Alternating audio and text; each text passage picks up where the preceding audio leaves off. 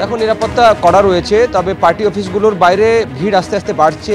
এখানে যে বীরচন্দ পটেল মার্গ আছে সেখানে জেডিইউ, আরজেডি এবং বিজেপির অফিস প্রায় কয়েকশো মিটার মধ্যেই রয়েছে। তবে এই মুহূর্তে আমরা বিহার বিধানসভায় রয়েছি এবং সেখানে মানকে বলবো বিধানসভাটা দেখাতে। দেখো এই বিধানসভায় 243টা সিট, যেটার জন্য 2 দফায় ভোট হয়েছে এবং এই বিধানসভায় বিরোধী দলনেতা রয়েছেন তেজস্বী যাদব এবং মুখ্যমন্ত্রী হাউসের নেতা নীতিশ কুমার। এটার জন্য লড়াই। গতবার খুব কম নম্বর থেকে তেজস্বী যাদব হেরে গেছিলেন, খুব কম সিটে তিনি হেরে তার পরাজয় হয়েছিল। সে সময় কিছু অঙ্ক তারা কষতে পারেননি। এবার তারা পুরোপুরি আশ্বস্ত রয়েছেন কি এবার 20 বছর পর তাদের সরকার আসতে চলেছে। লালু রাবড়ি পরিবার থেকে আরও একজন মুখ্যমন্ত্রী হতে চলেছেন। ঠিক ডান দিকে দেখো এখানে বিধান পরিষদও রয়েছে, বিধানসভার পাশে বিধান পরিষদ রয়েছে এবং দুই হাউসের বিধানসভা, এখানে বিধানসভা এবং বিধান পরিষদ, এবং সেখানে প্রস্তুতিও চলছে।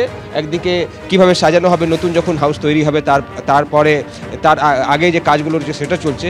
তবে যে সিটগুলো আমি বলছিলাম, একদিকে নীতিশ কুমার হয়তো 9 বার শপথ নিয়েছেন এর আগে মুখ্যমন্ত্রীর জন্য, 10বার জন্যও কি তিনি শপথ নেবেন সেটা জানা যাবে আর কিছুক্ষণের মধ্যেই।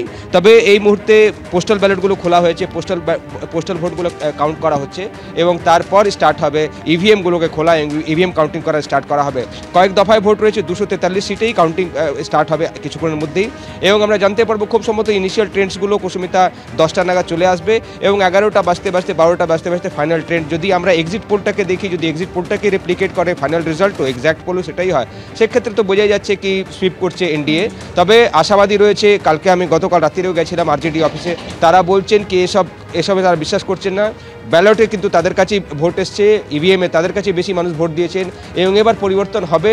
তেজস্বী আবার মুখ্যমন্ত্রী হবেন, তিনি মহাগঠবন্ধনের নায়ক এবং তিনি এবার মুখ্যমন্ত্রী হবেন, এটা নিয়ে আশাবাদী একদিকে আরজেডি রয়েছে।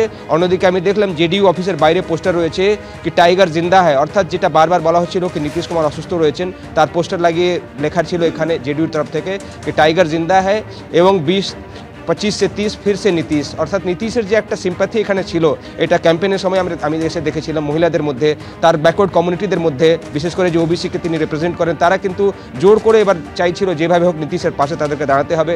10,000 টাকা যখন অ্যাকাউন্টে দিয়েছিলেন নীতিশ কুমার মহিলাদের অ্যাকাউন্টে, মহিলারা অনেক তারা পাশে এসছেন। আরও একটা তার প্রকল্প রয়েছে 1100 টাকা করে সিনিয়র সিটিজেনদেরকে, উইডোরদেরকে এবং হ্যান্ডিক্যাপদেরকে তিনি দেন, সেটাতে অনেক রেসপন্স ভালো তারা পেয়েছেন। অন্যদিকে তেজস্বীর আমি দেখলাম তিনি একটা ওয়াদা করেছেন এবং সেই পোস্টারটাও লাগানো হয়েছে তাদের পার্টি অফিসের বাইরে। সেখানে তিনি বলছেন তার সরকার এলে 2,500 টাকা করে প্রত্যেক মহিলার অ্যাকাউন্টে দেওয়া হবে এবং ডেটও তিনি লিখে দিয়েছেন, আগামী 14ই জানুয়ারি প্রত্যেক মহিলার অ্যাকাউন্টে 30,000 টাকা ট্রান্সফার করে দেওয়া হবে, অর্থাৎ 1 বছরের টাকা এক কিস্তিতেই দিয়ে দেওয়া হবে। সেটাও আরজেডি ওয়াদা করেছে এবং তেজস্বী বলছেন কি তার সরকার এলেই কিন্তু এই প্রতিশ্রুতিগুলো পূরণ করবে। আজকে তাদের তরফ থেকে কখন শপথ নেবেন তেজস্বী সেটাও বলা হচ্ছে, 18ই নভেম্বর তিনি গান্ধী ময়দানে শপথ নেবেন, সেটাও আরজেডি তরফ থেকে বলা হচ্ছে। তবে আর কয়েক ঘন্টার অপেক্ষা কুসুমিতা, মনে করা হচ্ছে 10টা থেকে 11টা নাগাদ আমরা ইনিশিয়াল ট্রেন্ডস পেয়ে যাবো, 12টা বাজতে হয়তো রেজাল্ট ক্লিয়ার হয়ে যাবে। কোন দিকে যাচ্ছে ভোটারদের মন, এনডিএ নাকি মহাগঠবন্ধন।